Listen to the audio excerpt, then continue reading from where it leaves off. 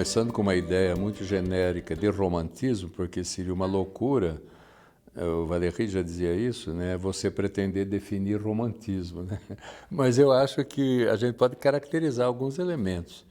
Acho que um primeiro coisa básica é pensar que quando a Revolução Francesa corta a cabeça do rei, ela também mata Deus.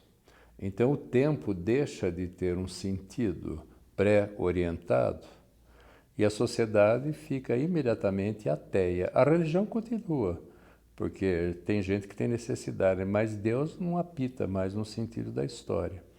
Nesse sentido, você tem uma indeterminação do sentido do tempo histórico. Concorda? Quer dizer, os iluministas com o Kant, eles inventam, por exemplo, um conceito de progresso e a ideia de que o futuro vai ser provavelmente melhor que o presente, porque ele vai equivaler a uma espécie de ampliação da razão para todos que vai nos liberar, Mas a gente sabe que a nova sociedade que se monta depois da Revolução é uma sociedade burguesa, capitalista, baseada justamente na exploração dos homens pelos homens. A constituição, por exemplo, de um proletariado na Europa e a miséria que é isso.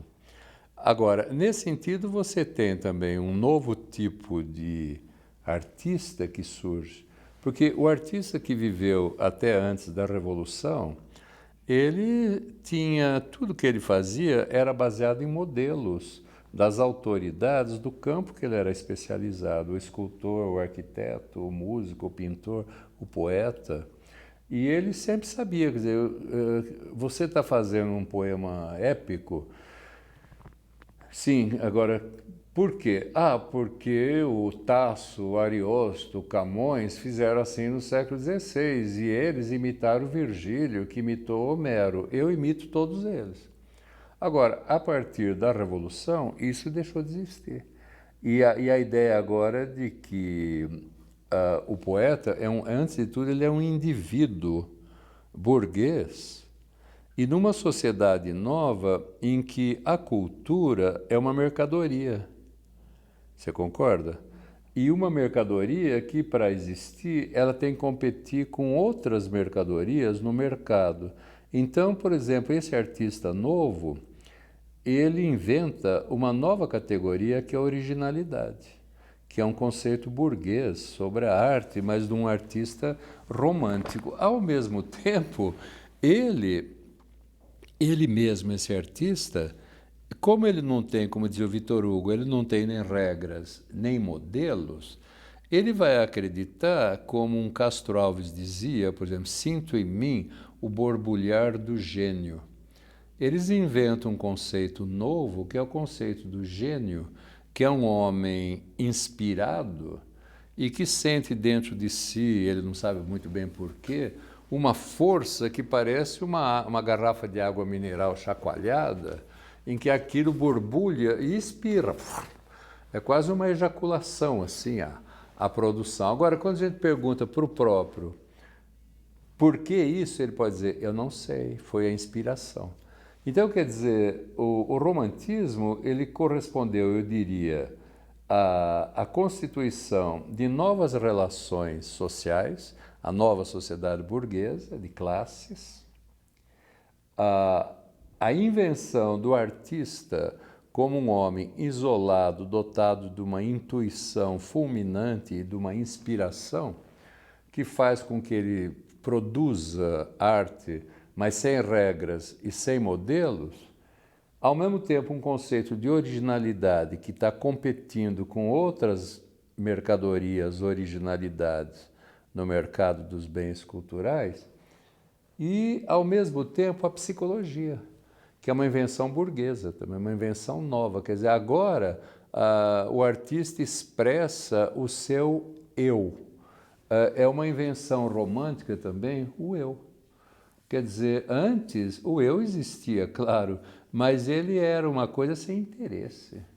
Quer dizer, se um poeta antigo diz assim, eu vou falar sobre o meu eu, ele seria vulgar e ignorado, não havia interesse nisso.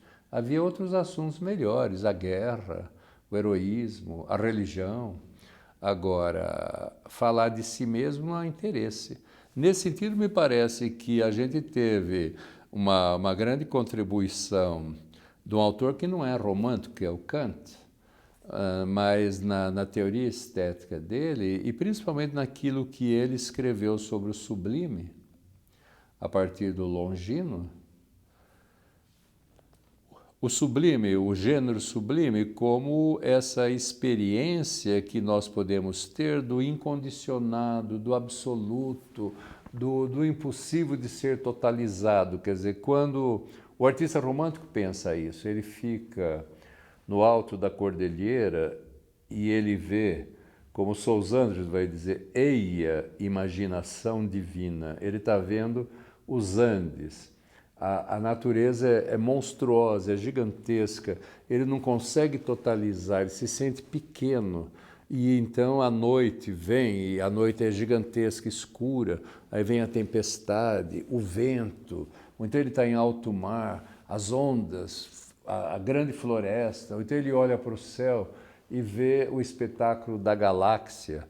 Quer dizer, ele se sente pequenininho e, ao mesmo tempo, ele, como um indivíduo, ele tenta expressar esse sentimento de absoluto. O Kant estudou isso como sublime, né? Aquilo que está além de um limite, como Longino, o antigo, tinha dito. E me parece que a teoria que ele fez do sublime, depois retomada pelo Schiller, pelo Schlegel, pelo Burke, por vários românticos alemães e ingleses, e depois, mais tarde, pelos franceses, já no século XIX, foi fundamental para isso, para a constituição da arte romântica. No século XIX, o romantismo, como movimento cultural e político, ele teve na base da constituição das nacionalidades. E ele também acabou influindo, determinando a definição das literaturas como nacionais. Então a gente fala literatura francesa, literatura brasileira, literatura mexicana, literatura sueca ou russa. Quer dizer, isso é uma invenção romântica.